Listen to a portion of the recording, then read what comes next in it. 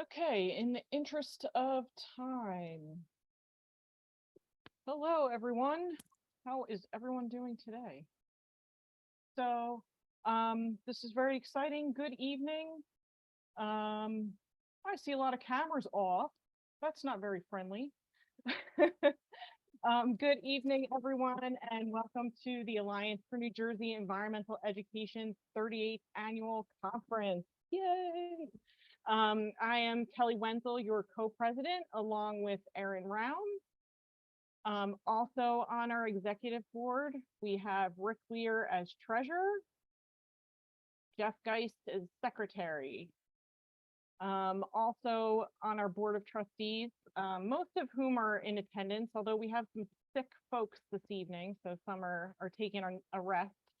We have Allison Mulch, Stephanie Singer, Radhika Iyengar, Laura McMahon, and Hugh Carolla.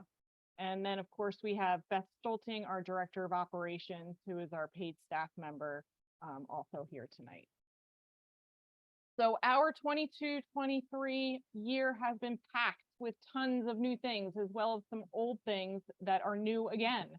As always, we've held our annual retreat in March at Duke Farms, where we started the process of creating our strategic plan for 2023 to 2026. I can't believe I've ever been saying, would ever be saying those years like in real life.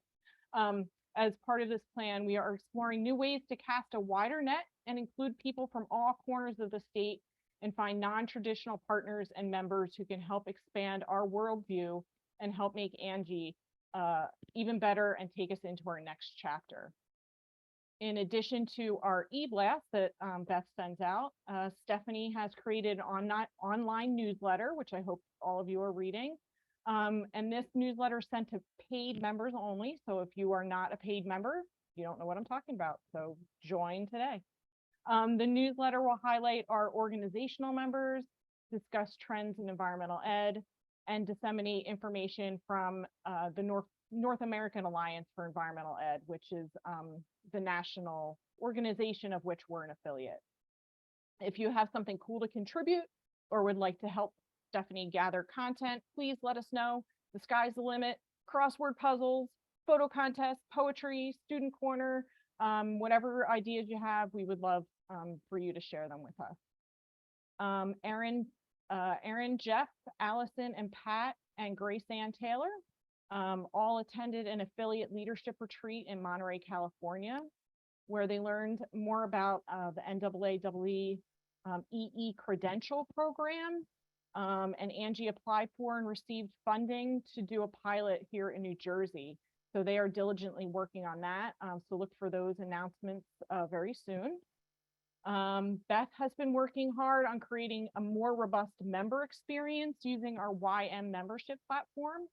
So if you haven't gone in there and completed your profile, please do so. This will allow you to join regional groups and post jobs in our new and exciting career center, as well as message other members. It's kind of a social platform as well. Using YM, we've also began reinstating regional groups. Yay! In the past, this has been a way for members to connect outside of the conferences. We meet up at nature centers so you can show off your space, or another local park. These are very informal, usually just to connect, share information, do something fun. So we're looking for exciting outings coming up this year. So if you would like to share something at your center or at a cool park you work in, let us know, and we would love to do a regional meetup by you. We've also been invited to participate in New Jersey Audubon's Children in Nature Coalition, which is supported by the Robert Wood Johnson Foundation.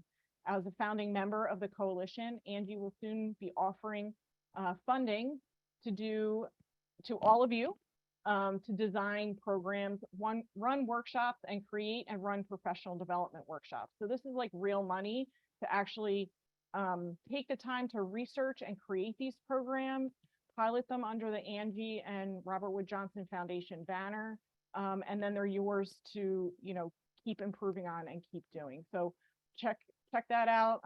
We will be announcing that kickoff soon, and we're actually starting the sort of grant period with our keynote speaker, who is sponsored by RWJ Foundation. As you spend this week enjoying the online conference and field experiences, and don't forget to sign up for field experiences. There's plenty of spaces left for some of those.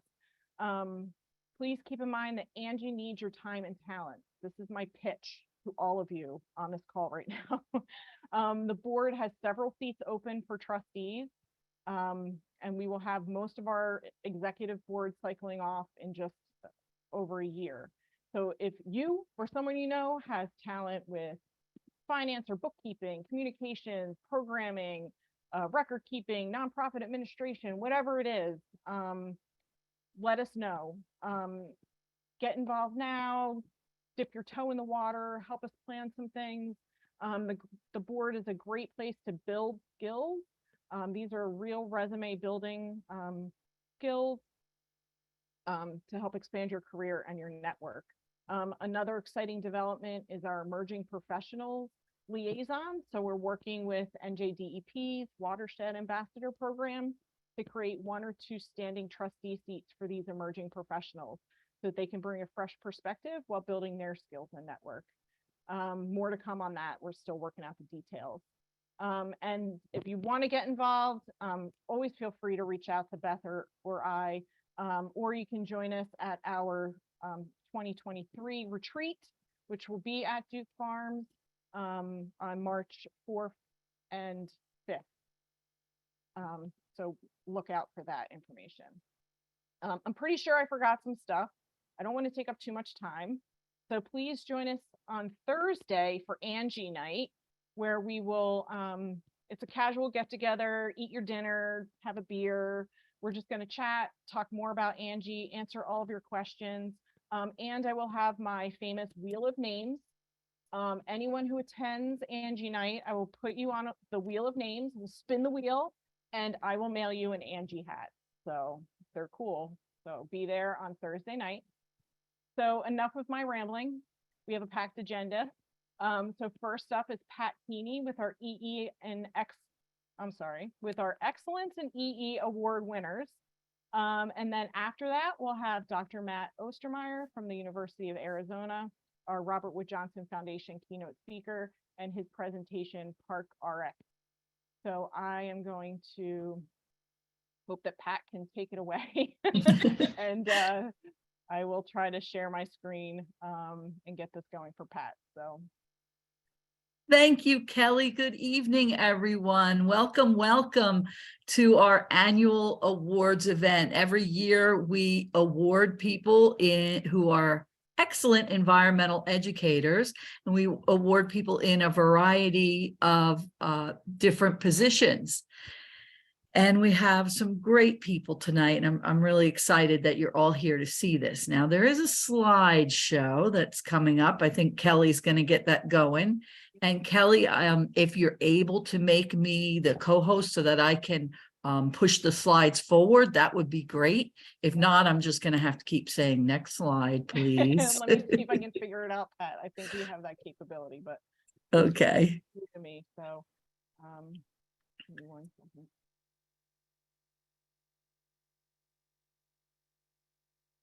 There's like a big box in front of it on my screen, but I don't know what that means. I think you're just going to have to say next screen. That works. Okay. So these awards are given out each year, and I know my awardees, my honorees, you don't actually have your trophy in front of you yet, but here's the good news.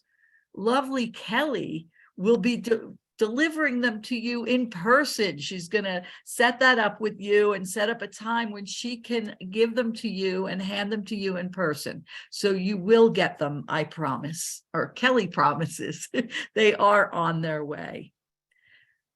We have a committee of people who I'll introduce a little later who go through all these nominations that we get every year. And it's a joy reading all the nominations because there's so much amazing work going on in the state. And it's also really hard to pick just the few that we're going to honor. So we're going to start out with the formal sector. What is that? Formal sector means someone who works in a public or private school, basically a school teacher, usually pre-K through 12, so a public school teacher. And this year, our outstanding environmental educator in the formal sector is Connie Sanchez. Oh, there we go. There's Connie. Hold on one second, because now I can't see my script. There we go. Connie is the executive director of Unity Charter School, where she leads the staff in meeting the school's ecological and sustainability mission. You can advance the slide. This includes teaching students about sustainability, ecology, and diversity while celebrating and honoring this planet and its inhabitants.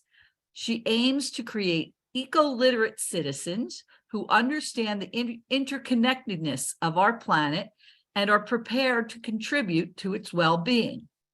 Before joining Unity, Connie worked for Elizabeth Public Schools as a science instructor and gifted and talented coordinator.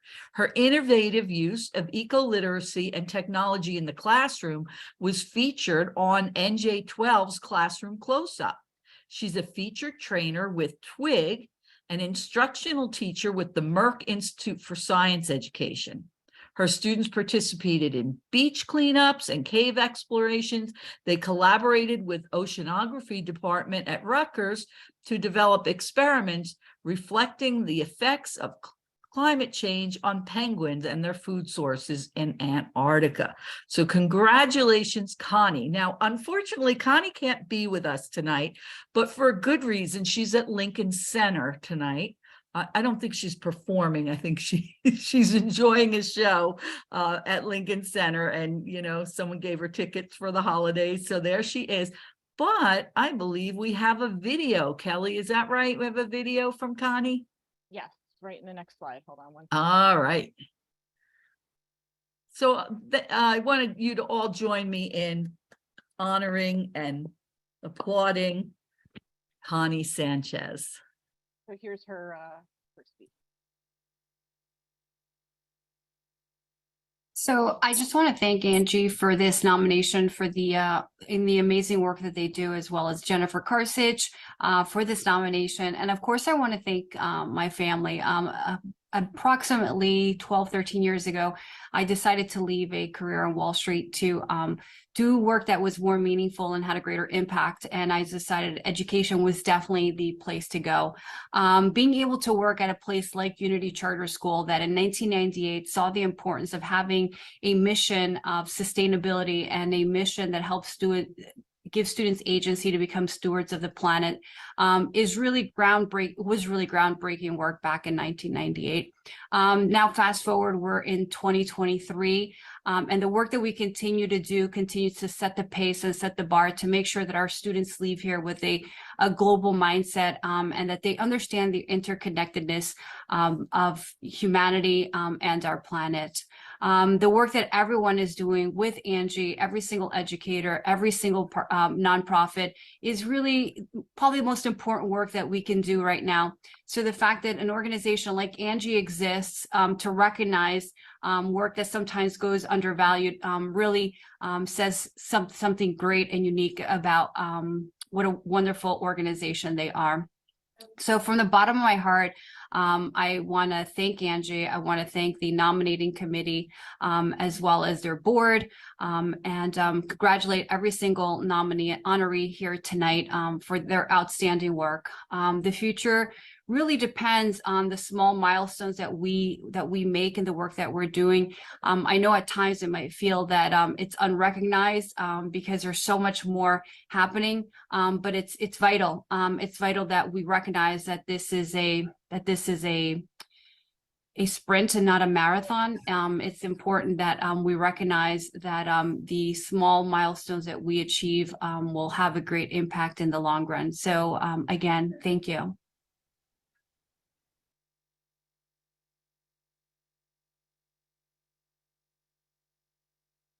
Right. So I just Kelly, if you can go to the next slide, please. I'm trying.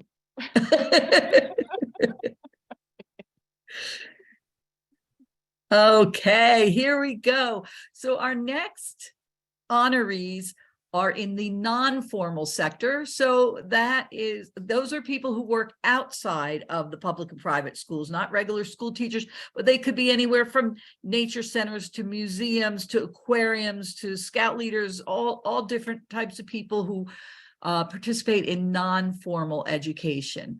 And this year we have two outstanding environmental educators in the non-formal sector. The first is being honored for working with the schools, and that is Hazel England. And Hazel is a longtime ANJEE member and supporter. If you've been around at conferences, you've probably seen her for many years. She's currently Director of Education and Outreach and the land steward at the Great Swamp Watershed Association. Before joining GSWA in 2004, she worked on the other side of the Great Swamp for 10 years as a naturalist with the Somerset County Park Commission, creating and conducting environmental education programs for all ages and running as many paddling trips as she possibly could. Her first job in the United States was as the executive director of the Whites Bog Preservation Trust down in the New Jersey Pinelands. She develops and conducts educational water quality focused programs for students of all ages and the broader community. She manages the stewardship at the Great Swamp Watershed Association's conservation management area, coordinating the restorations at the site. She's a native of Scotland, which you'll hear in just a moment. She has degrees in zoology and botany and a master's in ecology and environmental management. She would say her biggest achievement is raising two outdoor-loving kids who can identify scat at 30 paces. So let's congratulate Hazel England on this honor. And I think we can hear from her now. Where are you, Hazel? I'm right here. I'm All right here. right. So thank you. I am so appreciative of receiving the non-formal school award from ANJEE. The organization has been part of my world since November 1993, when I attended the evening environmental music portion of the conference. Kitty Dove was singing, there was Dave, many great environmental singers. And I met the naturalists that I would work with at the Somerset Environmental Education Center. So I attend conferences when I can, but when I do, I'm always reminded that there are so many other really cool people who also don't mind holding poop. They pick at dead things. They can be outside in all conditions and think that that's fun. They don't wear makeup and they're just fine with that. Thank you. And these are the folks who love to share knowledge and passion about all kinds of things in, on, and under the natural world, and are still working to perfect their ability to really engage, motivate, and educate their fellow learnees, no matter how long they've been at the environmental education caper.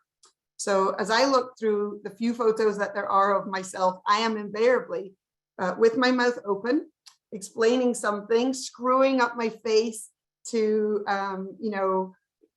get some expression meant to convey something. I'm holding out poop or feathers or seeds or leaves or shells or some other natural world object or creature or detritus, and I'm sharing it with either students or attendees at programs, maybe major donors for our organization, my family, my friends, or my kids.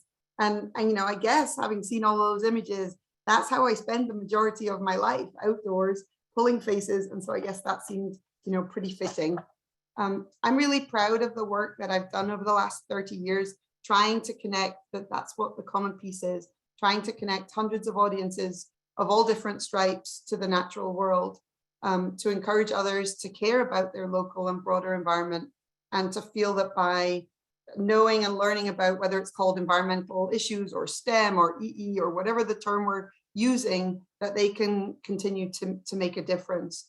So it can feel sometimes that you barely move the needle, but you never know when somebody will say that because of something you said or did or some program you gave maybe many moons ago, that they've gone on to do something that's moving the needle and making a difference. So I guess that's worth pulling a lot of crazy faces in front of people and holding out piles of poop. And yes, I do know that the technical name is SCAT. So thanks for including me. Tonight's really special to see so many friendly faces, and thank you.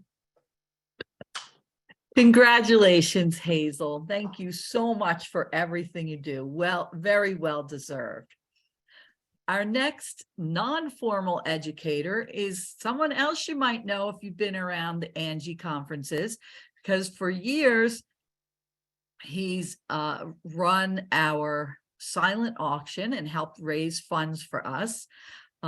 He's also one of the most outdoorsy people I've ever met. He's always out there doing some cool thing. I think we actually caught him indoors today, which is unusual. He's always out on the trail, ice fishing, I think maybe this past weekend. And one of the nicest, most soft-spoken, loveliest people you'll ever meet. And that's David Alexander. David works with Essex County Parks. He's a naturalist, conservation biologist, and outdoor guide who shares his enthusiasm for our natural world and works to make nature more accessible for both people and wildlife. He offers engaging educational experience with program participants of all ages that create stronger connections with our environment. And he's the author of two great science curricula guides, Buzz into Action and Hop into Action. And if you haven't had a chance to take a look at those two books, you need to, because he's got great work in there. So I'm just so happy. And by the way, the committee said, what do you mean he's never gotten this award before? No, I think they said the same thing about Hazel, because of course, the names are redacted when they read these letters. They don't know who they're reading, but obviously when it's someone who they can recognize even without their name. So they were a little surprised, David and Hazel, you as well, that both of you had not gotten this award. So David, congratulations, and thank you again for everything you do for the people of New Jersey, for the wildlife of New Jersey, and for ANJEE as well. Congratulations, David. Let's get him off mute. Thank you. Thank you. First of all, Kelly, Erin, Beth, Pat, you guys have been lighting this place up for years. Thank you for bringing it. Congrats to all the other winners. And my gratitude to Kelly, Wenzel, and Heather Mendelora for nominating me, and the support of my director, Tara, and colleagues, Linda and Ben. My wife, Natalia, of course, I need to thank. Every naturalist needs a tick checker, and that is what Mike Rowe would call a dirty job. Just the other day, she bought me a book titled Pooh Done It, so I know she supports and loves me. My parents grew up in the Bronx and knew the importance of open space, a schoolyard, or a stoop to play ball. They instilled in me the value of parks, pocket size or larger, and supported my interests. When I was younger and would buy clothes, my mother always asked, "Is that another green shirt? Is that new or you had it before?" Now I get to wear green every day at work. There aren't too many professions where you get 25 thank you letters at a time, but I'm not used to receiving awards, more so insults. The other day I picked up a stick at the trail and put it in my back pocket, and a 4-year-old said without skipping a beat, "Hey, Mr. David, you have a stick in your butt." Later on, I'm teaching them to use binoculars, and another kid says that my big noggin is in his way. And when I was trying to get them to use descriptive language, a child told me my arms were furry. They also challenged my ability to lead with questions like, "Are we lost?" when walking a trail that I've walked 3 times a day for the last 17 years. So it took some progression, and I learned classroom management along the trail. Do things like say the word "but," and you have the full attention of first graders. One year it was the word "dad." And this year, if you mention corn, you'll hear them break out in song. If you can teach elementary kids, the rest is easy. The kids help keep it fun. They'll ask questions like, Mr. David, where do you live? Do you live in the forest? Dave, what would win in a fight? A bee, a wasp, or a hornet? Does the queen and king bee kiss? And they'll name frogs things like Big Chungus, Big Boo, and Mommy Burps a lot. And in the springtime, their favorite memory is when the frogs gave each other piggyback rides. And they come to aha moments from time to time, like when they realize at the garden that a pitchfork is for more than just protesting with, or come to agreement that you shouldn't kiss trees because you could get splinters. So, you may have heard the best teachers are always learning. Well, I take that very seriously. I've recently learned from kids that we shouldn't use cattail fluff from the pond for a craft because her mother was allergic to cats. That praying mantises eat people's brains, that the Passaic River is full of sharks, dolphins, and most definitely piranha, and that the hole in the roof of the Lenape wigwam is not for the fire smoke, but for Santa. And recently I was labeling recycle bins at a school, and a kid told me I should have a label on the nurse's office bin that says vomit. So I've learned a few lessons on my own too. Like, you shouldn't put aquatic macroinvertebrates in water bottles for observation because you might get thirsty later. Or that a pocket is a good place to warm up a frozen mouse before feeding a snake, but not so good for collected earthworms, as they find the smallest hole and will surprise you. And most of all, don't search the office internet for woodcock or pussy willows or wild ginger unless you want a meeting with the HR department.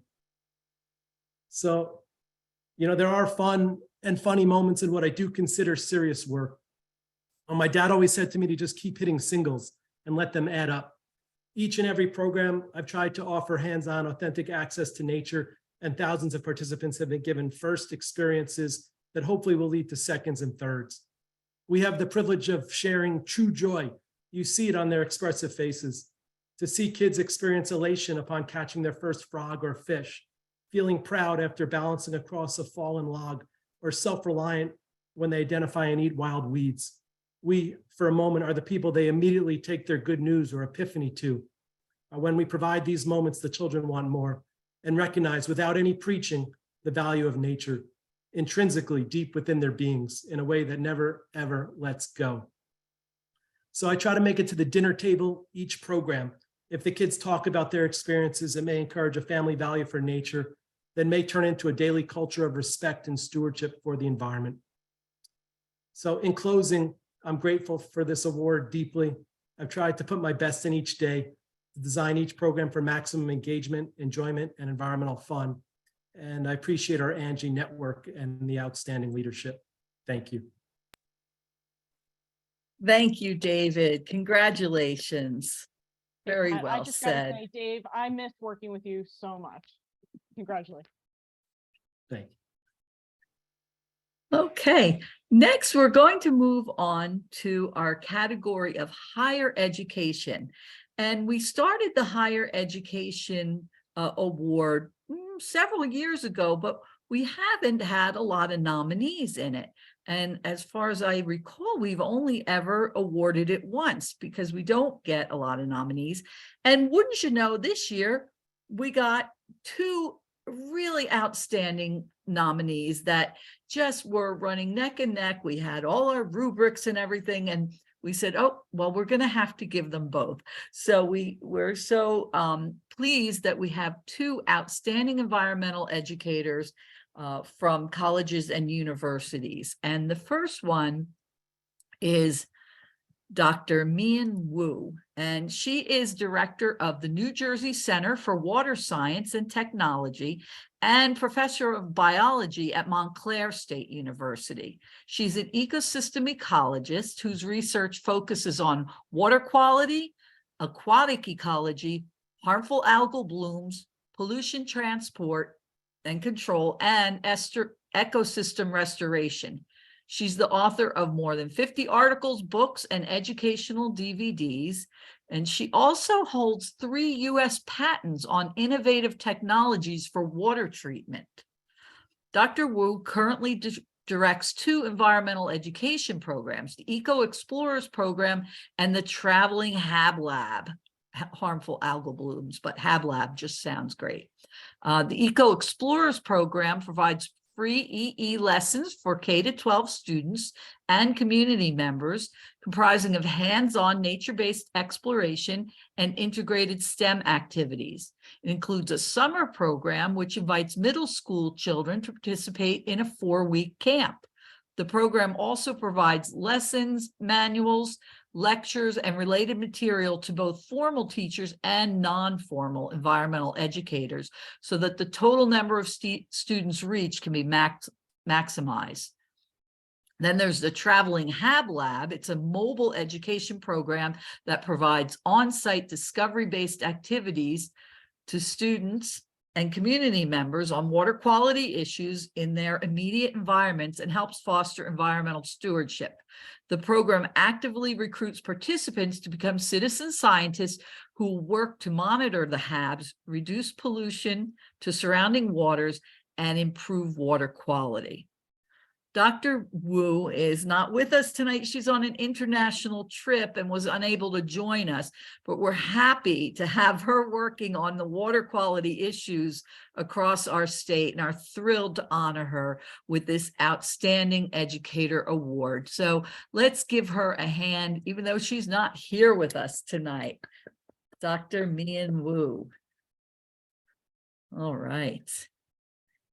And next, our second award for higher education is someone who also might be familiar to you from the ANJEE conference. I think I saw her back in the fall at our conference at Duke Farms, and that is Brielle Kosiolek, and she's going to make sure I pronounce that right. I might not have.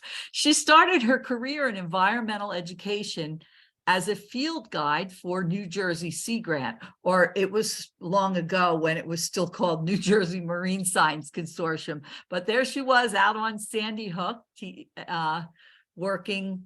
teaching out on the hook on the beaches and bays. Then she taught middle school science for 13 years. She completed her Doctor of Education at Johns Hopkins University and then moved back to New Jersey to be part of our cutting edge climate change education, which I thought was amazing that she came back here just to be part of what's going on in New Jersey in climate change education. She's currently the Senior iSTEM Coordinator for Rutgers Center for Mathematics, Science, and Computer Education, where she works with K-12 teachers and students in a variety of science and STEAM professional development, workshops, coaching, and camps. She develops curriculum and shares it with teachers throughout the state. With her team, she created a spotted lanternfly design challenge, which took on a PBL and design thinking approach to creating traps to catch and kill, we know, the dreaded spotted lanternflies. She also created human impact and understanding sustainability to find renewable and sustainable energy to power our local communities. We're so fortunate to have her back in New Jersey. And I think there was a picture of her presenting at that fall conference. We're so glad you came back to New Jersey, and we're thrilled to honor you with this award. Let's give a big hand for Brielle, and let's get her off mute. There you are, Brielle. Thank you so much. And you were super close. It's Kachelik, but my last name is a crazy last name, so.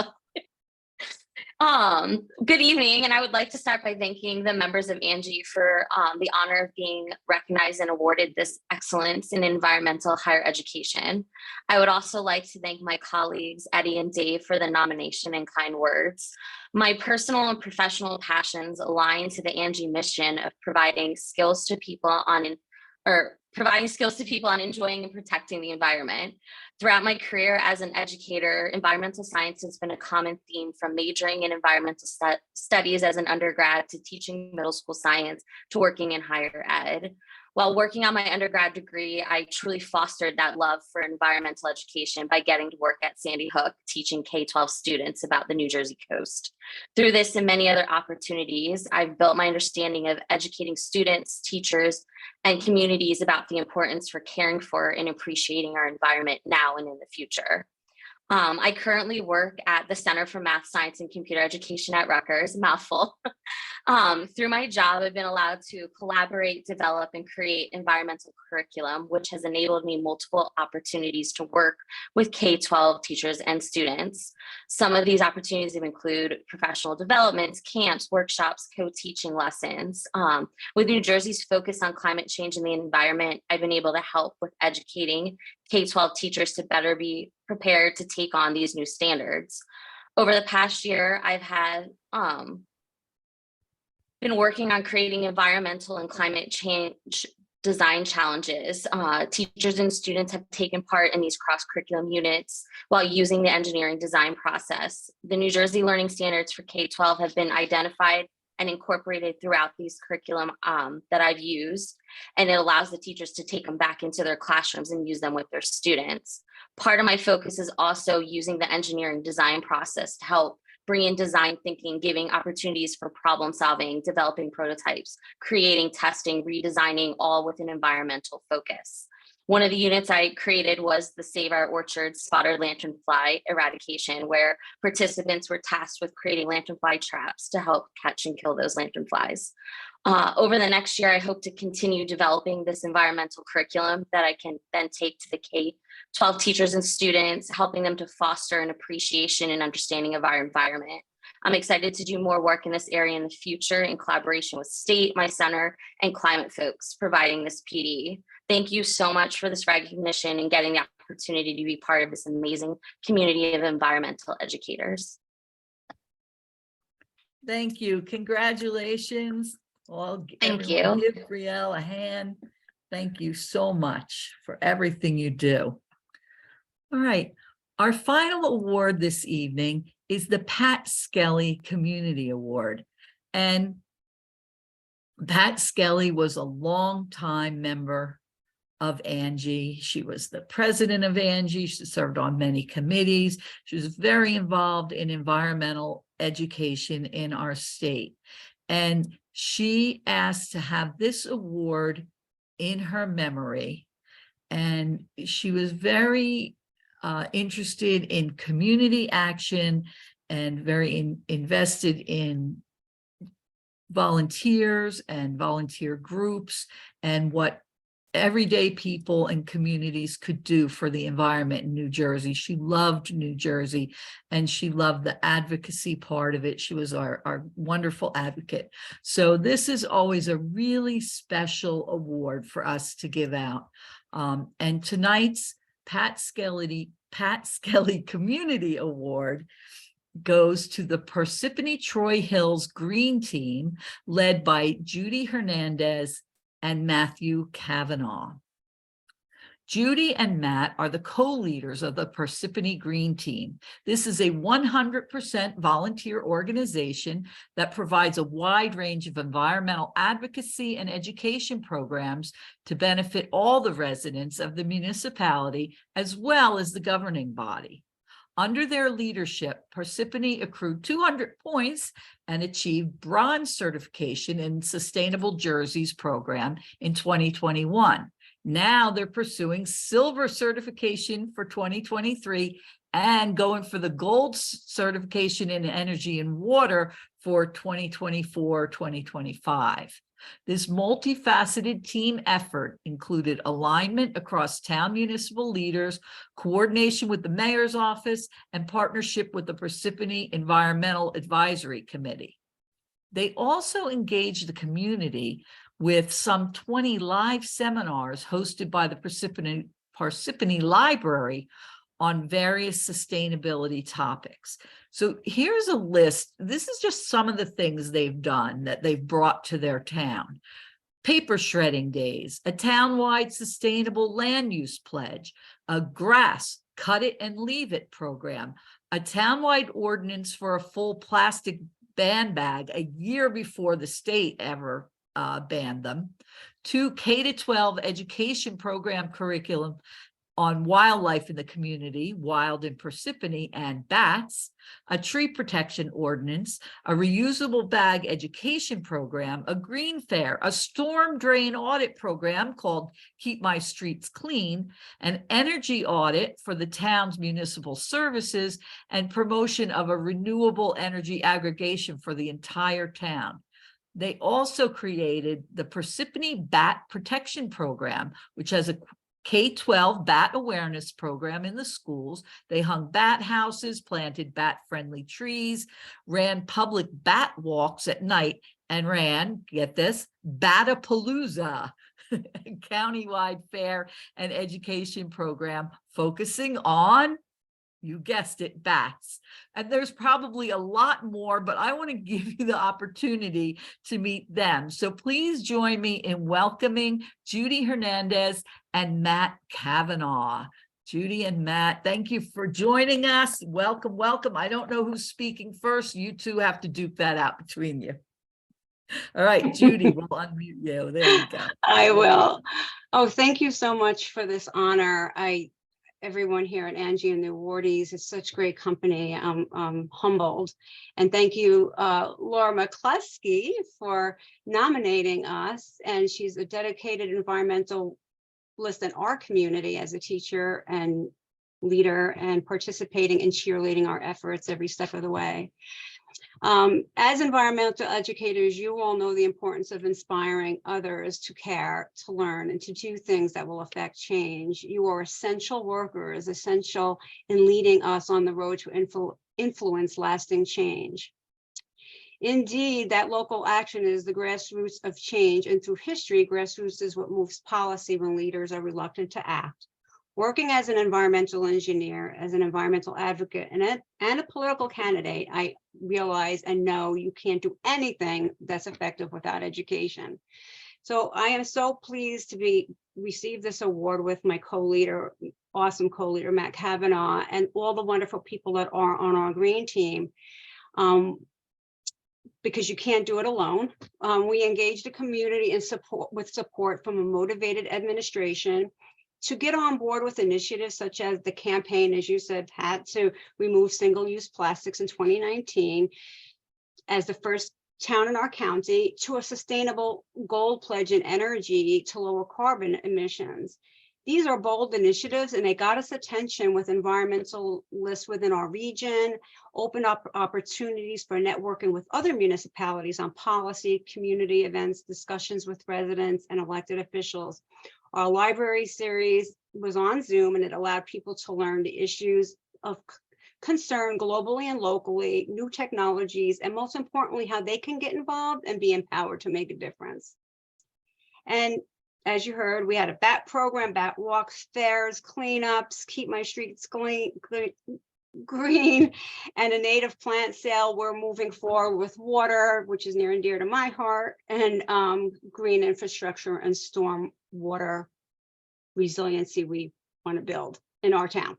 Climate change and other environmental issues intersect as do our everyday problems, such as public health, racial and social injustices, property and infrastructure damage, and New Jersey is ground zero for the climate crisis on the East Coast. We see it now, and it's not a matter of if we build climate resiliency, but when.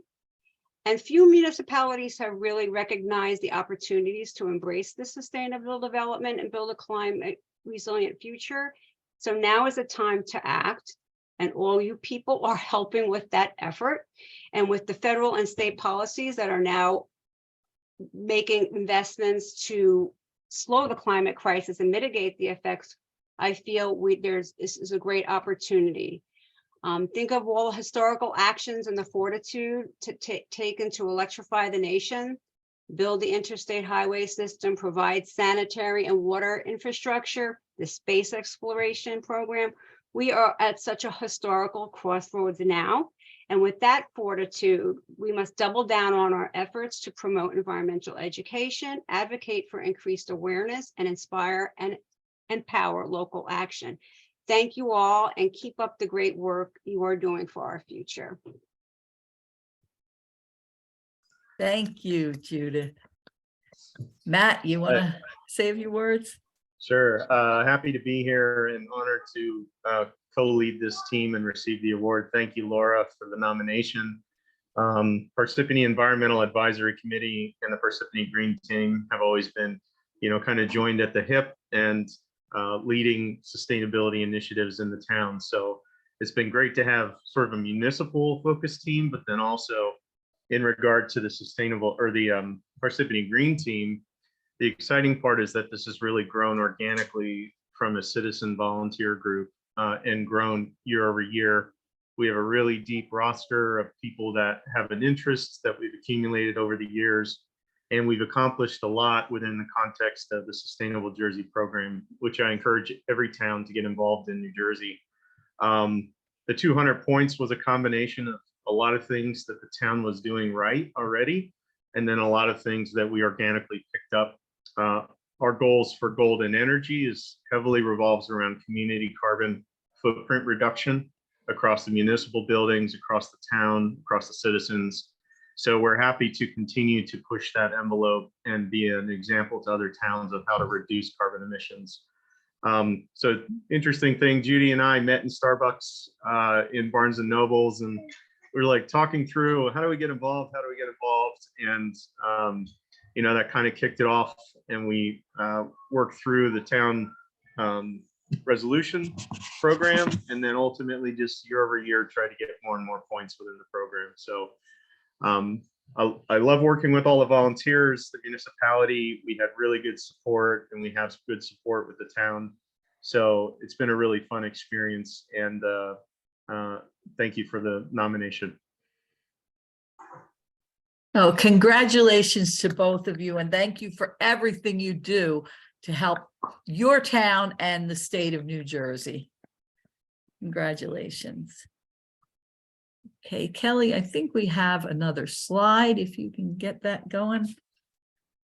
So I want to, again, congratulate all of our honorees tonight, and we're so pleased to have you with us and have you here in New Jersey doing this important work. I want to also thank our awards committee, because I don't actually vote on the awards. I don't really get a say in it because I already know all the names. So I send these out to this committee, and they get to read them all and choose the honorees. So thank you to our awards committee: Doug Abbott, Amy Arado, Erin Colfax, Michelle Morey, Ann Price, and Michael Skelly. And I especially want to thank Ann Price, who puts together our slideshow for us. And sometimes she even goes stalking people on social media to get photos. If there weren't enough photos that they sent along, she'll find them.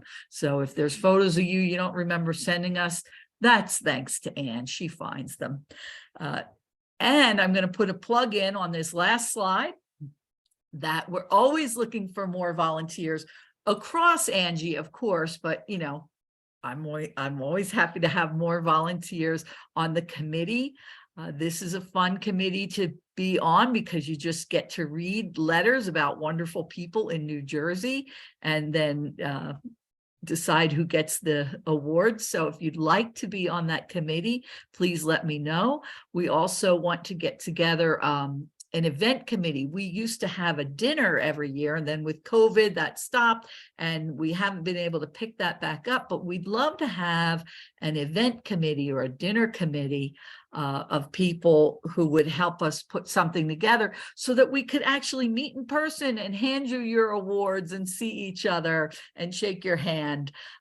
So we're hoping maybe to make that happen. If you're interested, just reach out to ANJEE, to Kelly or Erin, and let them know, and we're happy to have you on the committee. With that, I want to thank you all for joining us tonight, and I'm going to turn it back to Kelly because I see our keynote speaker has arrived. Matt is there. So thank you all and good night. Thank you so much, Pat, and congratulations again to all of our awardees. Matt, you got a hard act to follow now with all these great people. Yeah, so we'll just roll right into it. We're right on time. Good job, Pat, and everyone keeping your talk So we'll roll right into our keynote speaker is Dr. Matthew Ostermeyer, who's an associate professor of practice and teaching, learning, and sociocultural studies at the Department of at the University of Arizona. He is program coordinator for the Recreation and Sport and Communities, Parks and School minor. He teaches courses in leadership and learning innovation, adolescence, community, and education minor, as well as the general education curriculum. So we found Matt through a very circuitous route through Jeff Geist's wife, who works at Princeton, who saw a flyer for a thing, and it just it coalesced, and Matt's been doing a lot of great work in the space of you know, using the outdoors and intentional inclusion of, you know, health aspects of the outdoors in his work. So without further ado, Matt, I will leave it to you. I think I have to make you a co-host so that you can share your screen. You should be all set. And take it away, Okay. Matt. All right. Thanks, Kelly. And yeah, you all are as awesome as I assumed you would be. So I am excited to be here, and I'm going to share my screen and my sound. And okay, can everyone see that? You're good. Okay. All right. So yeah, I am really excited to be here.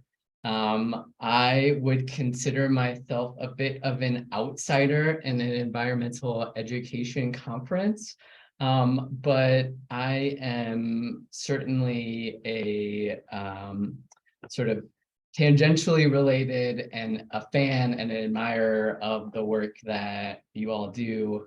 And I thought I would start by kind of bringing you all out to the desert. So I'm out here in Tucson, and one of my favorite places is our Cooper Center for Environmental Learning, which is a collaboration between my College of Education at the University of Arizona and the Tucson Unified School District, which is the largest school district in Southern Arizona, and own a really awesome space out in the desert in the foothills that is programmed for youth across our city. And so I just wanted to kind of bring you all out to the warmth of the desert with a very short clip overview of the Cooper Center, where I have hosted events. I've had lots of students do internships out here, and I love it. So Kelly, yell at me if you can't hear this. I can hear you, but you need to put it in presentation view, Matt. Got it. Okay. Hold on. I need to share my other screen. Let's try.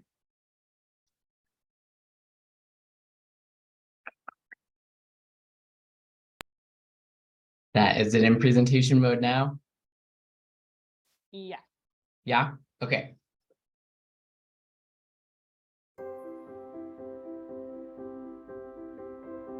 With every rising No.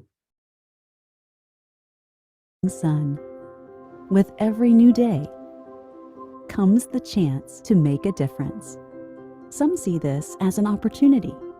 We see it as a responsibility. The Cooper Center for Environmental Learning has a simple but vital mission: reveal the science and wonder of nature to kids in a way that changes how they see the world. Since 1964, more than 130,000 children have walked our trails, studied the plants and animals, learned about biology and ecology, system dynamics, adaptation. They've engaged in hands-on science education that brings a powerful new dimension of learning to support local teachers and classroom instruction. In the process, we help students at the University of Arizona learn and practice real-world teaching. And we help scientists around the world make environmental learning even better through published research on our programs. All with the vision that kids who discover a love of nature grow into adults who respect and care for our planet.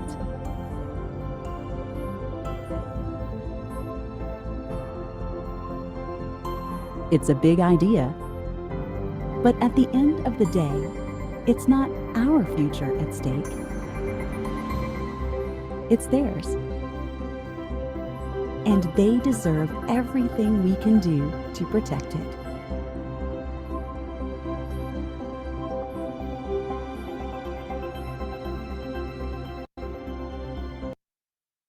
Okay, so really, I just shared that. I know you all work in awesome spaces of your own, but to bring you out to the Sonoran Desert, I've been here for about 8 years now and have completely fallen in love.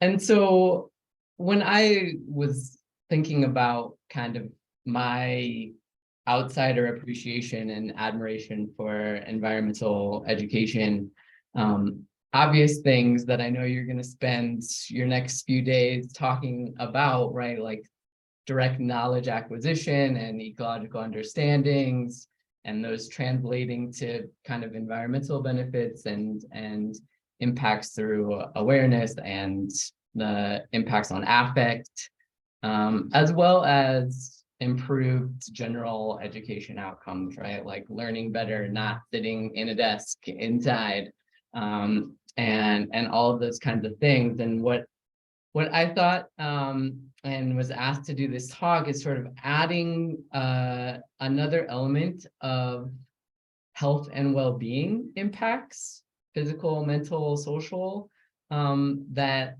I am going to propose is happening through the work that you all do, whether you are intentional about it or marketing it or not. And so my humble plan for the next, not even hour, because I want to save time for us to chat, but is to share some research related to the benefits of exposure to nature and time spent in the outdoors.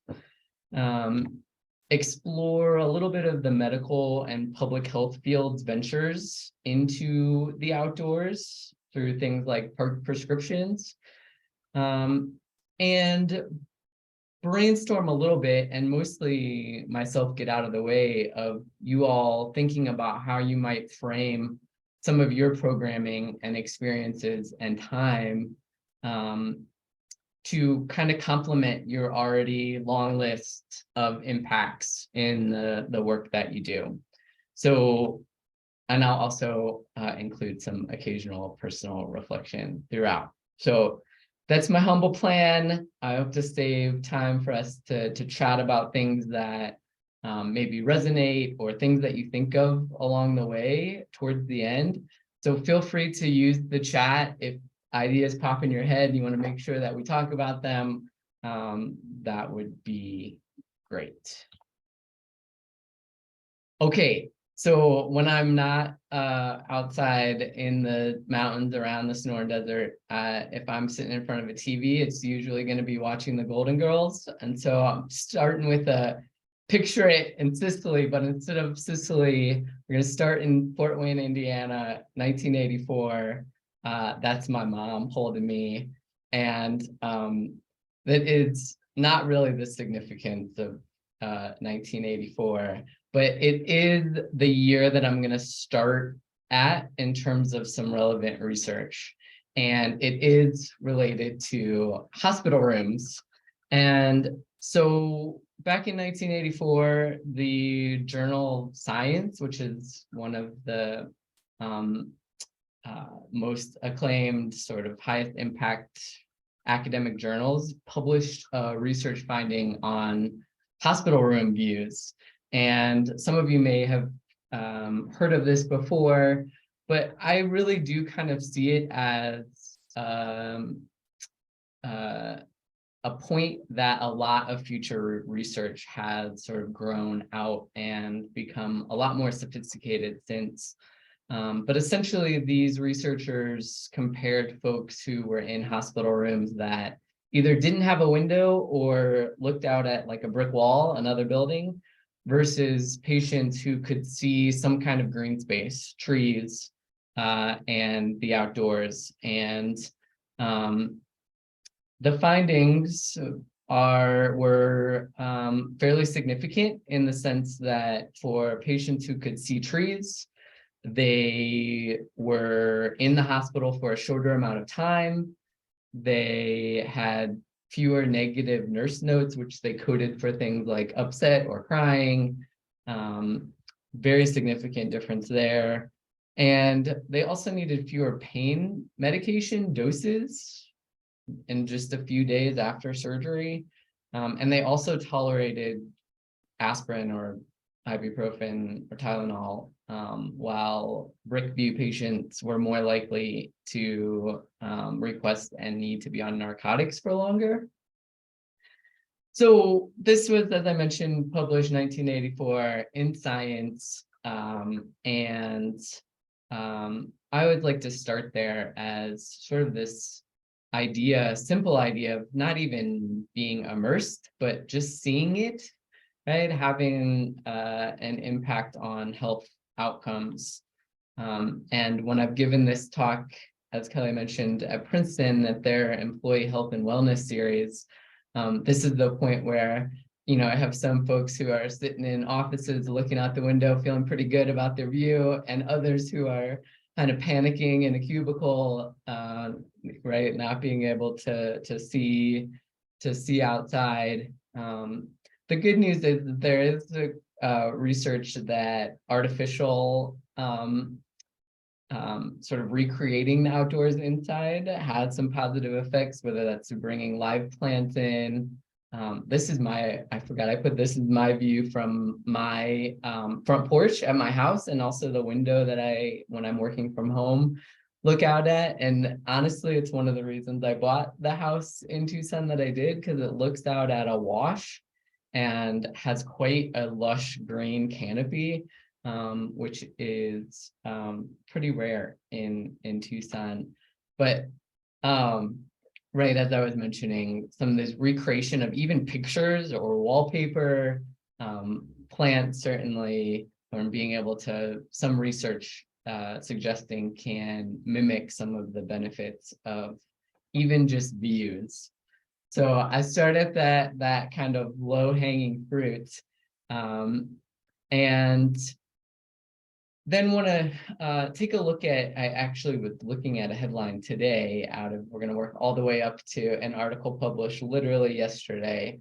But in between, on your screens now, you can see a bunch of citations from the first decade of the 2000s, essentially, with some a really powerful case that has been building on positive health outcomes associated with exposure to the outdoors and green space, right? Everything from children who have more outdoor play in natural settings have improved motor strength, balance, coordination, lower levels of ADHD, improved depression and anxiety. There's a whole line of research about exercise outdoors, and some really powerful suggestions that combining those two things are sort of like a double positive in some ways, to reducing things like anger, sadness, and fatigue. I would think some of the more sort of hard medical stuff related to like distant vision and decreased blood sugars among diabetics, and things like that are so fascinating when they come out. And so you can kind of see some of these citations on your screen. But I want to also share with you one more very brief video clip from a author who wrote a book a couple of years ago, Florence Williams. Her book is called The Nature Fix, and I highly recommend it for folks who, she's a journalist, but she really immersed herself in the scientific research, sort of cutting edge stuff, but wrote it so accessibly that I thought it was worth kind of listening to her share a little bit about some of the research that she talks about in her book that just came out a few years ago.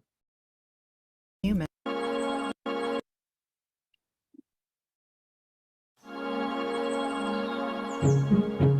Walk into a forest, and within 5 minutes, your body and brain start to change. Your heart rate slows.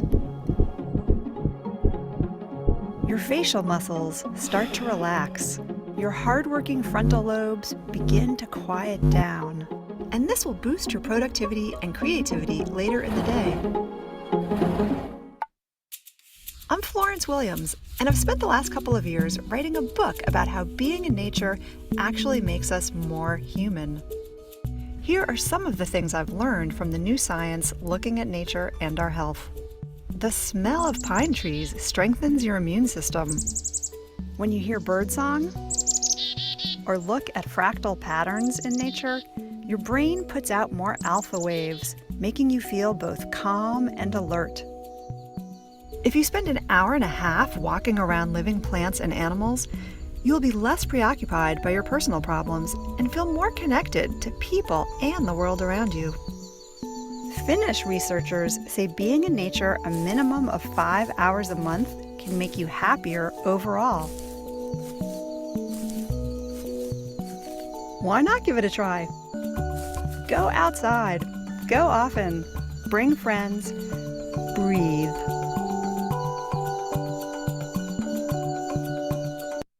So there's the cover of the book, and I just thought it was worth a quick kind of listen to get a feel for some of the more advanced research technology that's been incorporated through things like brain monitoring, heart monitoring, blood sugar, and other things that have really started to fill in the picture of some of this, some of these associations that, right, so many of you all and myself included that spend time outside sort of intuitively understand a lot of this stuff.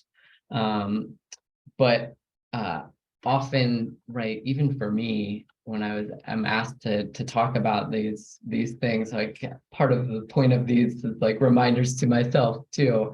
But if you are ever looking for, and I'll share these slides with Kelly so she can share them with you all.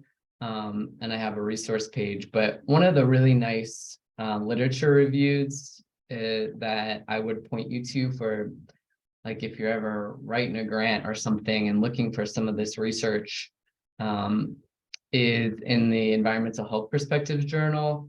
And they have this nice table that you see on your screen right now that summarizes some of the research that they cite in their literature review. And some of it we saw before in the previous screen, but other things, and not as much, sort of thinking about, there's some really interesting research related to sleep and birth outcomes and obesity and a whole host of areas where this research is pointing to some pretty powerful associations between nature exposure and health outcomes. Now, I mentioned literally yesterday, so January 16, 2023, interestingly enough, this article got picked up as a headline on CNN that I happened to see. And you can see the very academic title, cross-sectional associations of different types of nature exposure with psychotropic, antihypertensive, and asthma medication. But basically, I put the conclusion up here on this slide as well, where they basically say that frequent green space visits, not the amount of residential green or blue spaces, which are water, or green and blue views from home, were associated with less frequent use of psychotropic, antihypertensive, and asthma medication in urban environments. And so this study, they actually, for all the participants, which was like 720 something, they sort of plotted where they lived and figured out their proximity to green and blue space, as well as asked them if they could see trees or water out of any window in their home, essentially. And in this particular study, they found that the mediating factor that ended up with more positive health outcomes wasn't the proximity or the views, it was actually going out into them. Although the authors sort of hedge a little bit and say that they think that there probably is still something about the views that their data wasn't able to capture. They also interestingly pointed to obesity as being one of those things that is difficult to completely separate from some of the positive outcomes, which, right, if you make assumptions about folks who are more active outside, probably less likely to be dealing with weight issues. But I couldn't believe, as I was looking through news headlines today, that this got picked up, this particular article of all things got picked up by CNN today. And so one of the struggles of this whole area is the case for powerful correlational data is pretty overwhelming at this point. The mechanisms of kind of the translation of why is, I would argue, to be determined. This is another resource that I would point that I really like, this one out of the UK called Dose of Nature. Again, if you're looking for some relevant research and data on this stuff, they go through some different hypotheses about the kind of why.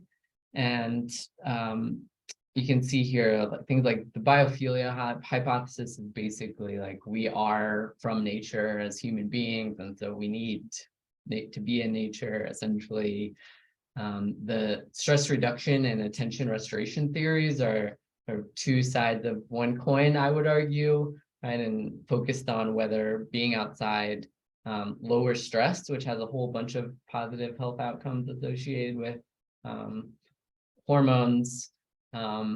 And the flip side of that is some of the research around kind of the attention restoration of being in the outdoors, especially when we're thinking about some of the social and academic and professional kind of concentration positives there.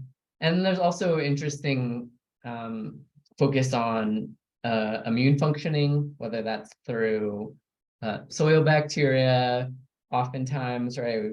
We know, and you all know better than anyone, encouraging kids to play in the dirt, right? There's really is something to that, or whether it's plant pheromones, or Florence Williams talked about the fractal patterns, right? Things we visually see, or the sunlight, or sounds.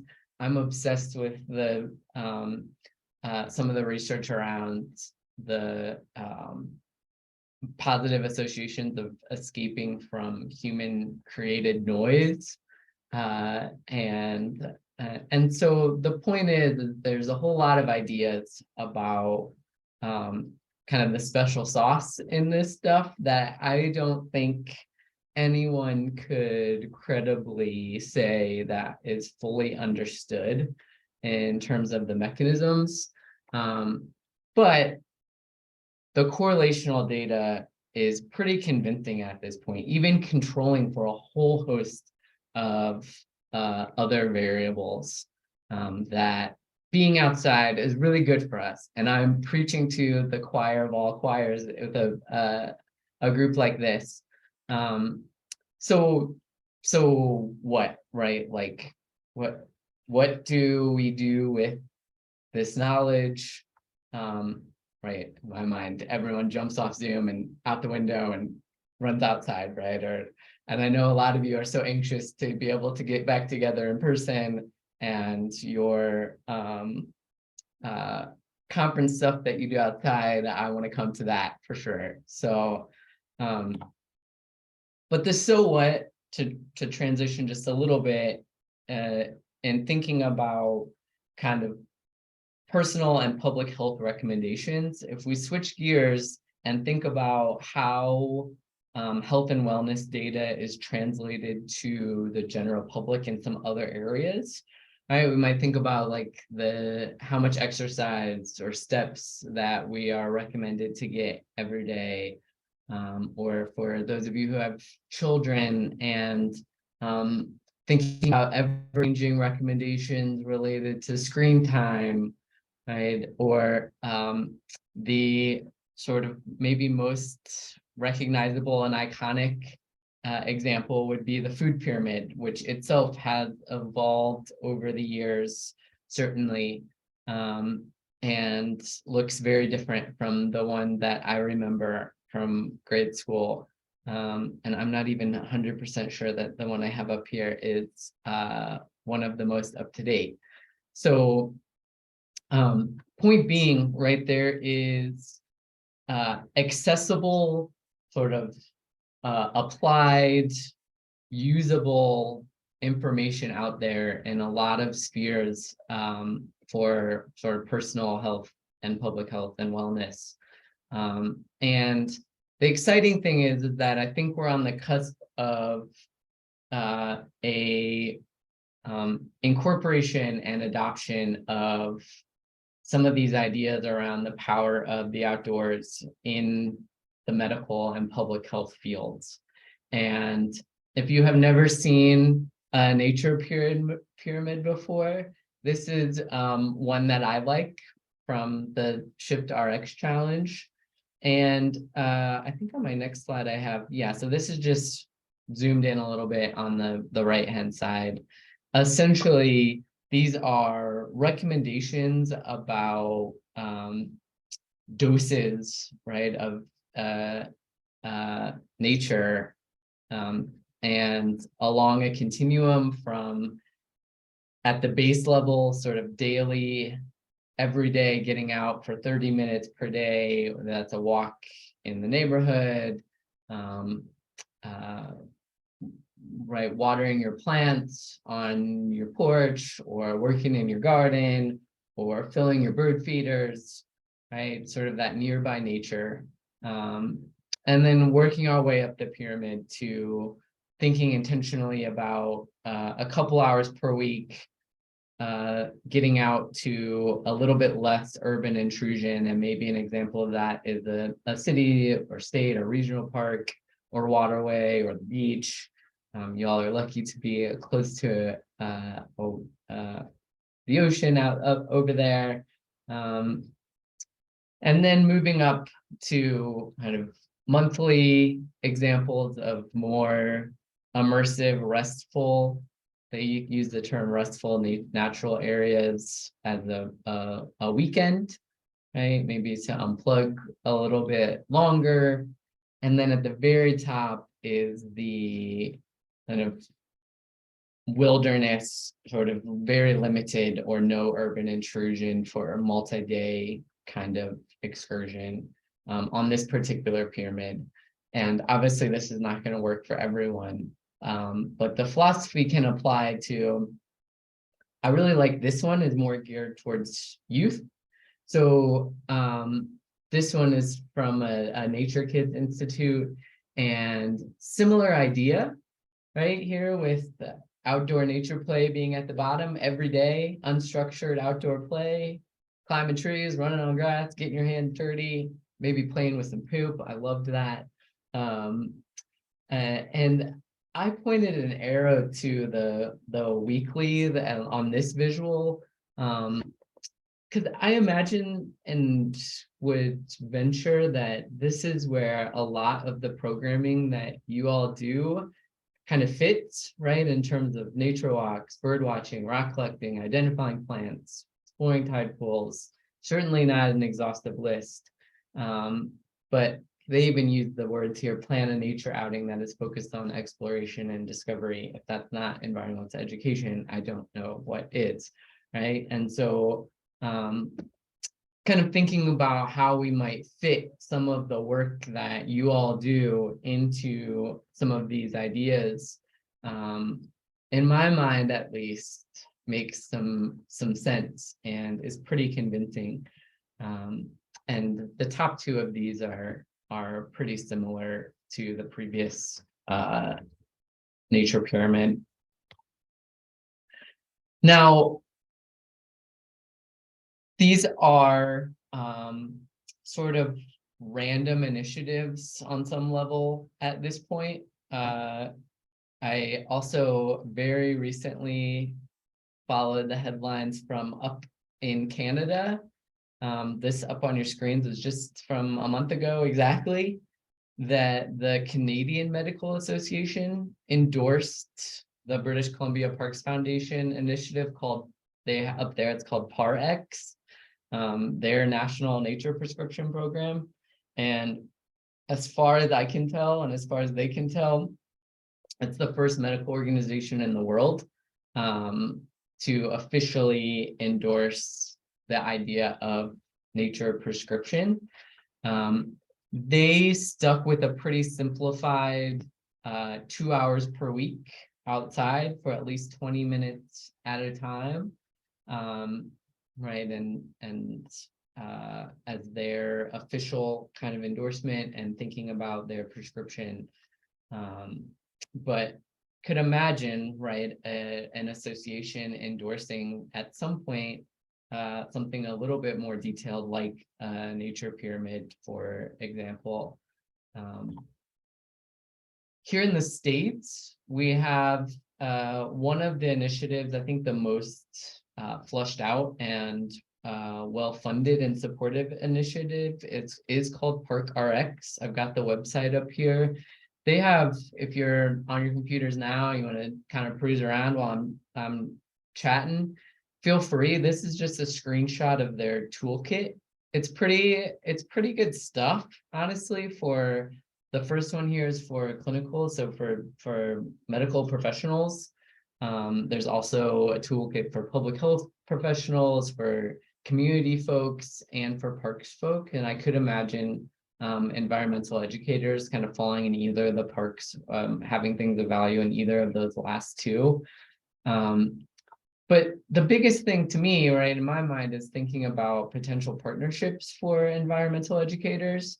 And they do focus in their toolkit on partnerships. So this is just a screenshot, right? Idea of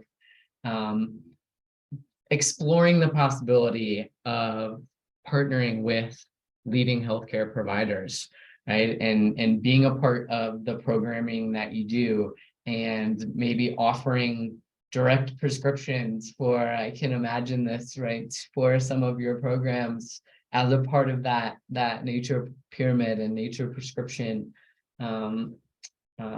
for overall health and wellness, right, for young people. And it fits into this idea of so many folks worried about screen time and physical activity, right, and so many things that can be layered in this sort of outdoor exposure.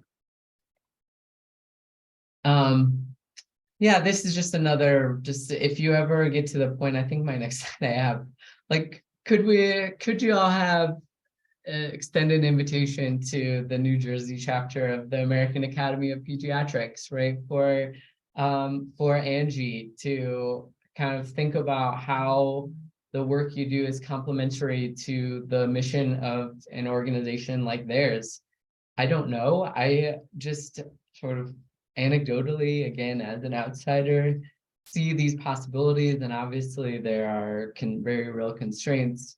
But maybe even at a more local level, if you have connection to a healthcare professional or organization, the ParkRx website, this is a screenshot of each one of these steps sort of drops down to assist them in kind of wrapping their heads around this idea of park prescriptions and articulating goals and creating a care team workflow. And there's some pretty interesting software out there for prescriptions that can send text and email reminders to patients, and you can click on very specific parks, even down to the level of specific hikes, or maybe it could be a specific environmental education program, right? That as my brain kind of thinks about some of these possibilities, and as I hopefully provide a little bit of inspiration to kick off your couple days here virtually. Okay, I'm gonna pause, and I'm going to kind of open up to y'all that are doing the work, and seeing if there's anything coming out of my brain, some of these ideas that resonate, whether that is for you personally or for some of the work more pertinently that you're doing in terms of inspiration or possibilities or partnerships or curriculum or marketing. I'm always thinking about funding, grant writing, these kinds of things that might be possibilities that would be interesting to share as a group. So I'm going to stop sharing so I can see your faces better.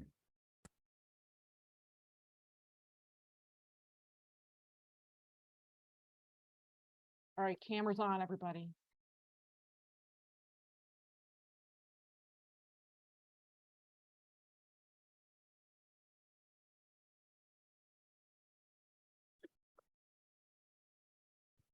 Yeah, Debbie, was that a hand?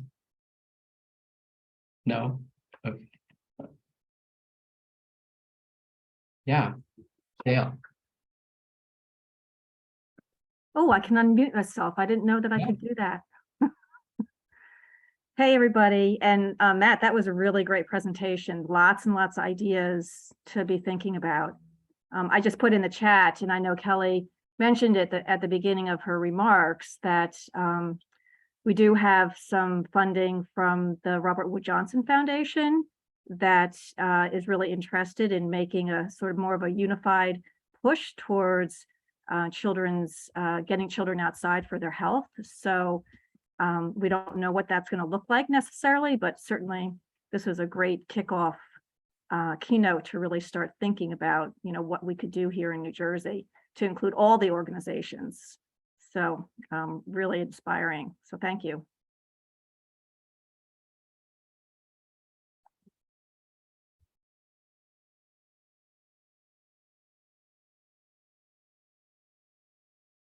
Yeah, Maya. Hi, thanks also for a great talk. I was just thinking about, this is more just sharing my thinking, but especially when you were connecting outdoor prescriptions to things like the food pyramid and recommendations for physical activity, it made me think about the connection to schools, not just K-12, but in higher ed also, that things like physical education, health and nutrition classes are considered essential. Nutrition is such a big field of study. We work with my organization in university students and interns and things connecting to health benefits, because I do garden education, and just thinking about if we could get this idea to get more of a stakehold with people in power as being just as valid for health as those avenues, then that could trickle down to it be a mandatory part of curriculum in K-12 and entire fields of professional study for higher education students. So that's like where my mind is going. Yeah, mine often does too. Being academic myself, and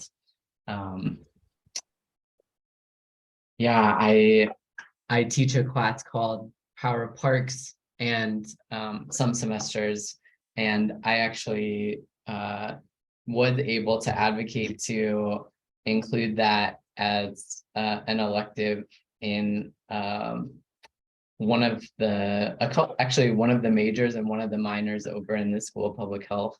One of them related to nutrition.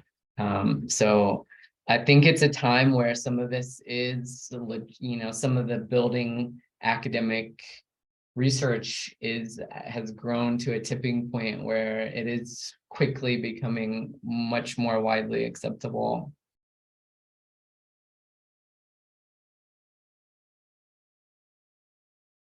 Yeah, Kelly. Yeah, I was just going to add too. I think this just adds another layer because, I'm just thinking of like school gardens, right? Whether you're doing it for food or a lot of us do habitats as well, native pollinator gardens and the like. We tend to advocate, okay, it's science. We're learning about plant structure, soil structure, how things grow, seeds. We might tie in math and, soil volume or number of seeds, counting patterns, all those kind of things. And I think with some of the research that you presented, this adds sort of another layer of sophistication to those programs and saying like just being outside doing this is having a health benefit for our kids. Not to mention all the other, creativity and all those other things. So I think that's a good additional layer to be able to put on top of what we're already doing. We don't have to reinvent everything. It's just kind of reframing things. Yeah, and that's why I think I don't know if I used the word incidental, but that's what I think of, right? It's like incidental positive impacts. Like I don't think you even have to necessarily do anything different. It's sort of, the way you're framing and lending additional levels of legitimacy and impacts for sure. Yeah, Rick.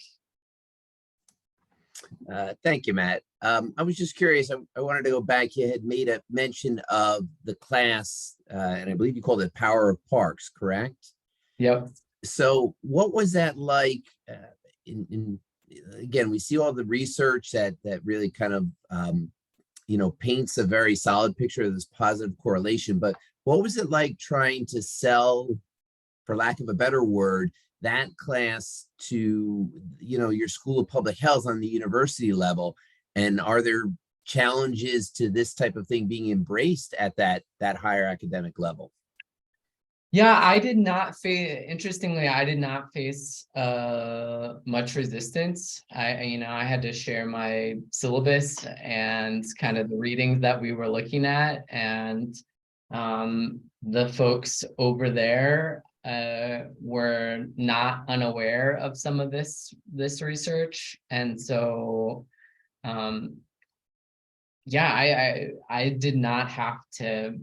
didn't have to argue too hard in that space. Actually, it was a class that has been offered as a gen ed class, and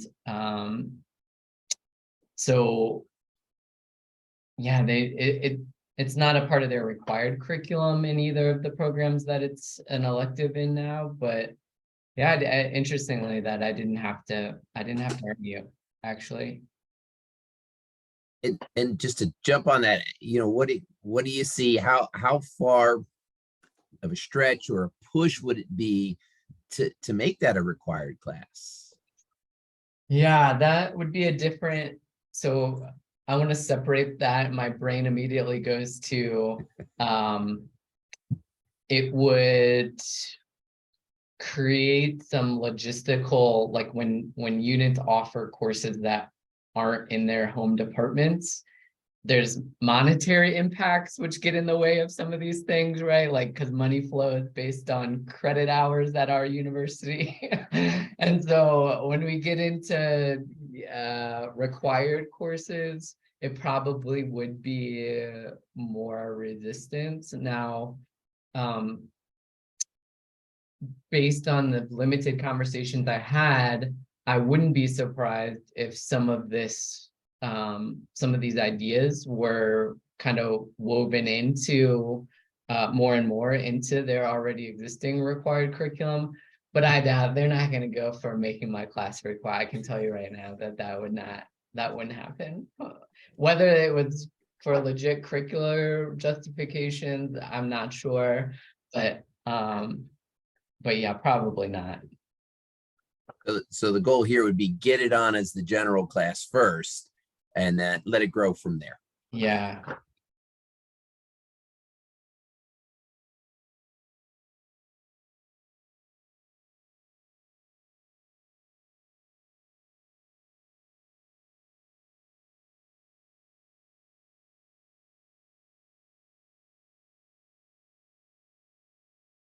Anyone else Just- have any thoughts or questions, or want to brainstorm maybe a program that you're already doing or developing? You have time to pick Matt's brain too. Yeah, I'm with just regard to how to maybe like more intentionally include this thing. I did like that pyramid, Matt, where you had the one arrow for the outdoor outings, because I think that would also be a great tool for us to use, sort of in marketing, as you will. You're kind of climbing up, and then, a lot of us run summer camps too.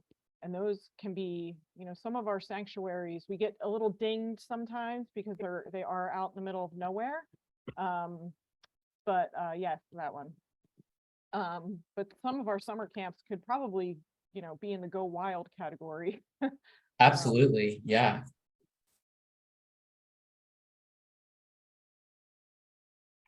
Yeah, and I don't, right, like I can just imagine different contexts kind of buying into a nature pyramid, whether that's through a school that you're partnered with, and then sort of slotting some of your programs right in there, right? Yeah, like the summer camp, that's how you can think about that go wild level of the top of your pyramid, right? Sort of maybe your recess every day, going outside, and then slotting programs in there. Right, so there are a few different visuals out there, nature pyramid. This one I like the best for youth. But yeah, I love that. I love that idea. I saw a hand. Yeah, Jeanette. Hi, thanks for presenting. Do you ever give presentations to maybe like the school officials and president or principal, like where you would show the adults, like, here, why don't you do some programs in your school where it's required to go out to a park once a week or something? Do you? I mean, I don't know. I don't, because I'm not in a lot of our teacher prep certification programs, but it's the kind of thing that I can so easily imagine. Just what you're saying, what we're talking about right now is getting a principal to buy in and kind of making it a part of For the curriculum. a part of the curriculum, a part of the sort of philosophy of the school, right? So, Or even like people who, well, never mind. But, right, like if we're just gonna present to children, they're gonna be like, yeah, why ain't I going outside? yes. Why aren't we going to the park? What's being done about it? Why are you telling me that I need to do this, but we're not doing it? I'm sorry. I'm always the person that's like, No. why isn't there a rule? Yeah, I mean, this is you're preaching to my choir right Yeah, now, right. you know, but I think that that is would be great because, like you said, the children can only be as bought in as it's facilitated for them. And I see in the chat, Melanie talked about hospitals be interested in creating scholarships for summer camp. I mean, I think that would be awesome. And or yeah, maybe that sponsorship level. I don't personally know about those kinds of partnerships existing. I mean, my mind goes to some of the ways that insurance companies have started shifting over the last few years, and wondering if that's a next venture for some smart insurance companies that might provide some coverage for things like nature programs, summer camps, probably a little bit pie in the sky right this minute, but you get the right person with the right kind of levers in a hospital system or in a School insurance system. company or in a school system, right? That's the key, is finding those power players that will buy in. Yeah, Dale, did you have something? I was just going to say that just to build on what Jeanette was saying and what you're saying is that really we know that many of the kids like it, right? So it is going to be the adults that we have to really win over. So whether it's continuing to do the work that all the ANJEE partners are doing with teachers and principals and supervisors and non-formal educators and the stuff that our New Jersey Commission for Environmental Education does with academia or business and corporations and foundations. So it may be more having a unified voice, right? Because we're all doing it in some way, shape, or form, but it's the unified voice that's going to be really important in order to make some kind of significant move forward. Yep. Yeah, Dale, you and I still share a brain. Yeah, me, Kelly, Kurt, maybe Rick Lear, maybe. Yeah, I was going to say, that's kind of the point of, building a coalition in New Jersey is so that, if ANJEE writes a letter, say, or an email to the New Jersey chapter of pediatrics, just as an example, we get all of you to sort of sign on to it, cite some of Matt's wonderful research that he's dug out for us, and now we have them as a resource, in there and say, hey, we need a seat at the table because, I have access to all these people who can give you these great programs,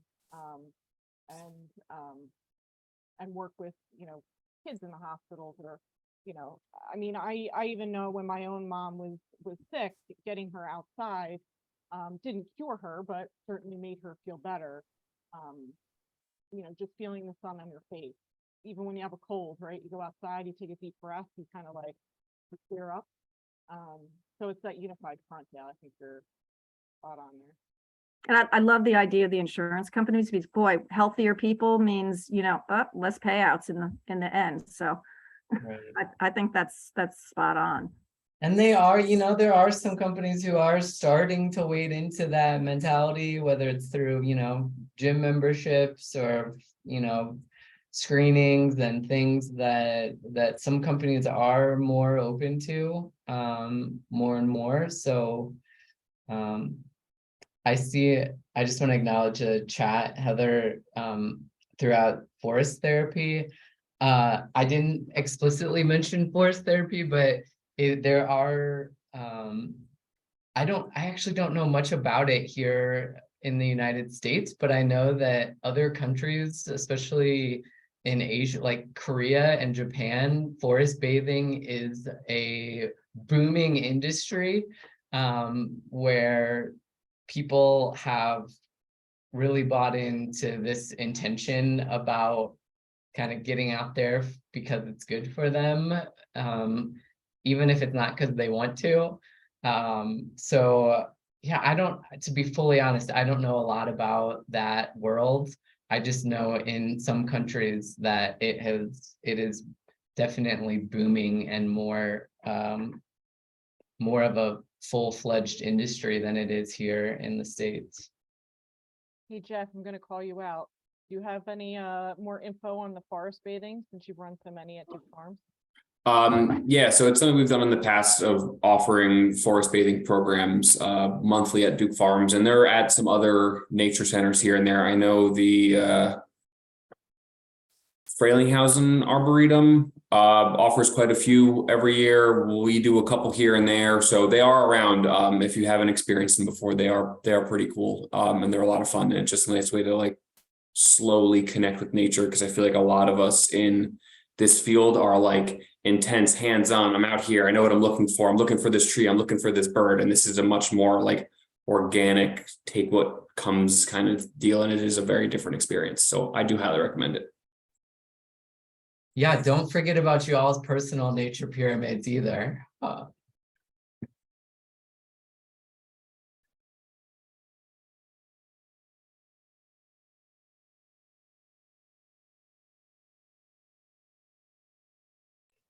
Is there anybody that can talk for the public at like educational forums to say, you know, that this should be part of the curriculum?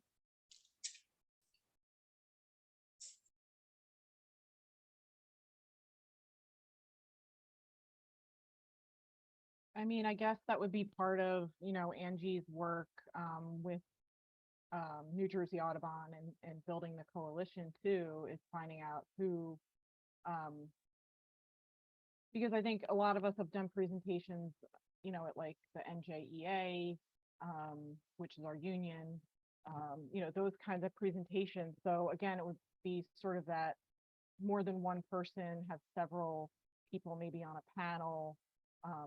You know, I think that might be a good way to kind of crack into that and just let more teachers and administrators know, you know, Right. is a thing.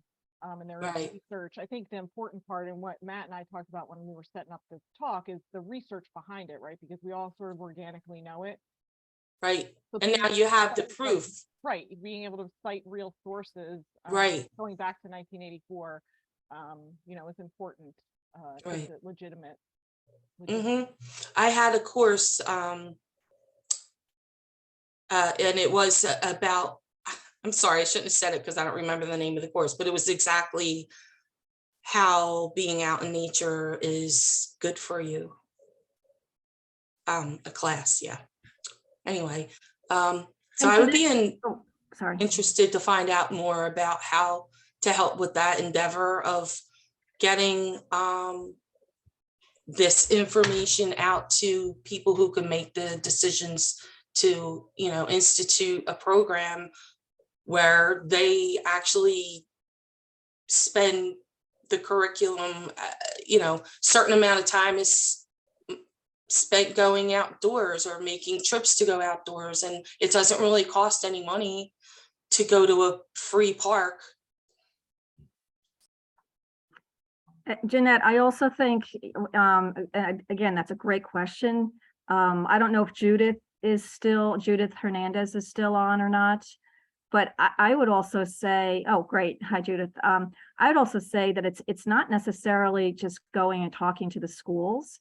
That, you know, we've got how many municipalities in the state of New Jersey, 600 or something like that. Most of them have green teams. Most of them, you know, it's not just about us as environmental educators going out and doing this, but it's getting the buy-in from the municipalities, like the green teams, you know, or the environmental commissions or the PTAs, that you know, PTAs is what I'm thinking, because somebody who can make the change, a green team, is there, are they going to be able to make the schools take the kids out? not necessarily the schools per se, it has to be sort of, you know, embedded. So, you know, it's all part of the same thing. So Like, Judith, how are the green teams going to get the kids outside? Municipal, you know, programs. I think Rick could probably speak to that, or Judith, you know, rec departments, things like that. Judith has. There are school green teams. School green teams. Yeah. Okay. And the green teams can advocate, get a community, you know, a group together and then go to a council in a municipality. Having said that, I get afraid when I hear, I mean, makes so much sense to me, but I get afraid with the school saying, okay, well, who will be responsible if something happens? And parents wondering when they're all so worried about things like having guards at their schools and police. I see that as being a rabbit hole, and, you know, which is out of this conversation, but sadly, that's what I get afraid of when I hear about taking kids outside, and it's wrong. I mean, we're afraid of everything, but I think advocating, like Matt is saying, on maybe a presentation, and just getting parents to start thinking about these things too, and about the health. I mean, my father just went into long-term care.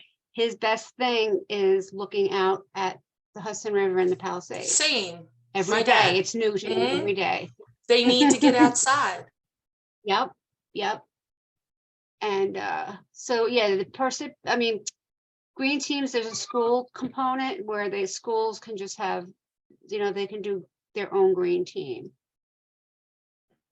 But, you know, I think presentations and education that you guys do so well is good. This is a fun subject too. And and you all know, you just go outside when you're in a mood, and it immediately lifts, right? So then there's this old book that came out like 20 years ago, Lost Child in the Woods, about kids having nature deficit disorder. And you probably all know about that book too. But, you know, a lot of the kids' problems, yeah. But thank you for your presentation. It was really good. Of course. Derek, I see you have a hand up. Yeah, so first of all, Matt, great presentation. I work in higher ed mainly, but I have a lot of grant funded time to support safety and health and a variety of other environmental science and engineering education things for the high schools. But great presentation. And I have colleagues at the Public Health Association that have been pushing this for a long time. My comment actually refers to that more recent discussion. And Dale, maybe this is something we can follow up with the Ed Commission tomorrow, but it sounds like to me there's a call potentially for either adding or enhancing an existing Sustainable Jersey for Schools action item.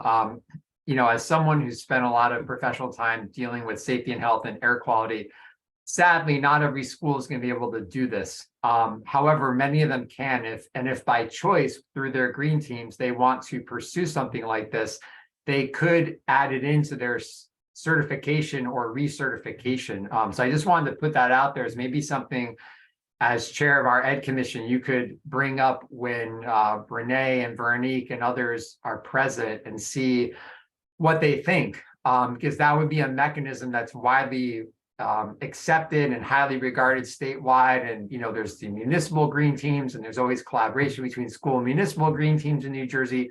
It's just an idea I wanted to throw out there to see if that's possibly in line with some of what you're thinking, because I think just talking with schools statewide, I agree with our colleague that said there are other big concerns, in particular with densely populated urban areas where you walk out the door and you're in the middle of, you know, streets that may not even have sidewalks to walk to and from school, unfortunately.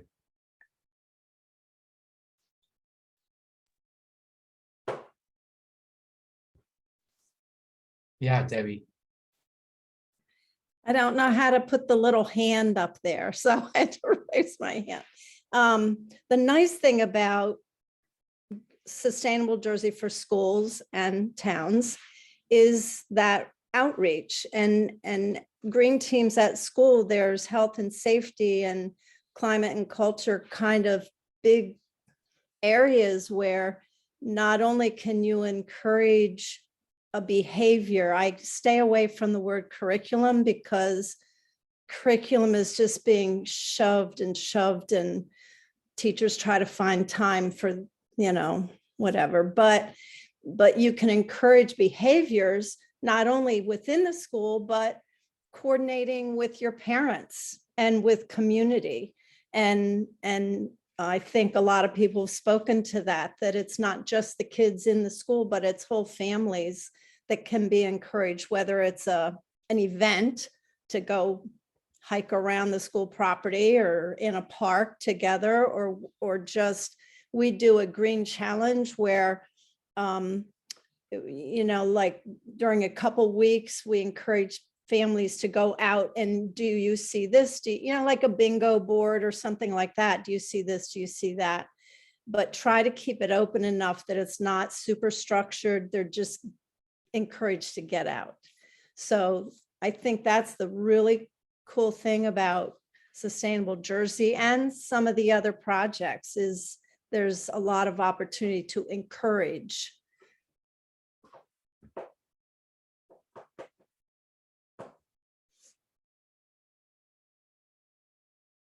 I love it. I just want to make sure we can continue our conversation. I just wanted to share this really quick because who was it? Judith shared her copy, but I have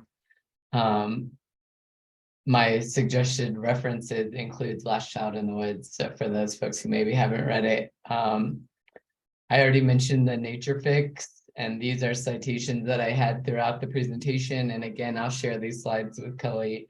The one that I didn't talk about that you all might find interesting, maybe some of you have already read it, is The Extended Mind by Annie Murphy Paul. I read it recently and found it super interesting and thinking about particularly informal learning. Certainly environmental education fits in there, but the basic idea is, right, we aren't really wired to do our best work sitting at a desk in front of a screen, that going for a walk, having walking meetings, being out in nature is where we are sort of most creative. And so it's pretty fascinating work that I would also recommend if you're into that kind of thing. Well, we're at 8 o'clock, and that was a great segue to wrap it up, Matt. Thank you very much. And I hope you all enjoyed this discussion. And I know, Beth and I and Erin and the rest of the team are very excited to see all of our sessions that we have this week. I hope you all can pop in to them. Matt, I know you registered for the conference, so I hope you can pop in. We'll have the fundraise to get you out here in October for our outdoor conference. And yeah, so don't forget to join us on ANJEE night, learn more about the organization, and we can brainstorm more about how we can work together as a coalition to make all of this stuff happen in New Jersey. And if you have any problems with any links or glitches getting into anything, Beth, myself, or Erin can certainly help you. Email any one of us at any point, and we'll make sure you get what you need. And don't forget those field experiences. We got spots left. So without further ado, let's one last hand for Matt and all of our awardees tonight. Thank you very much. And happy conference, everyone. Good night.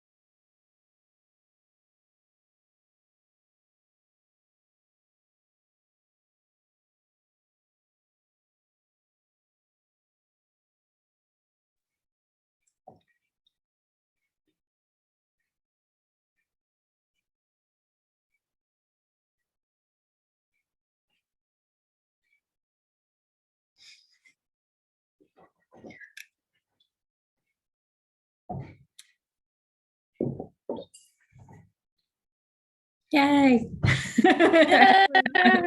People. Get out.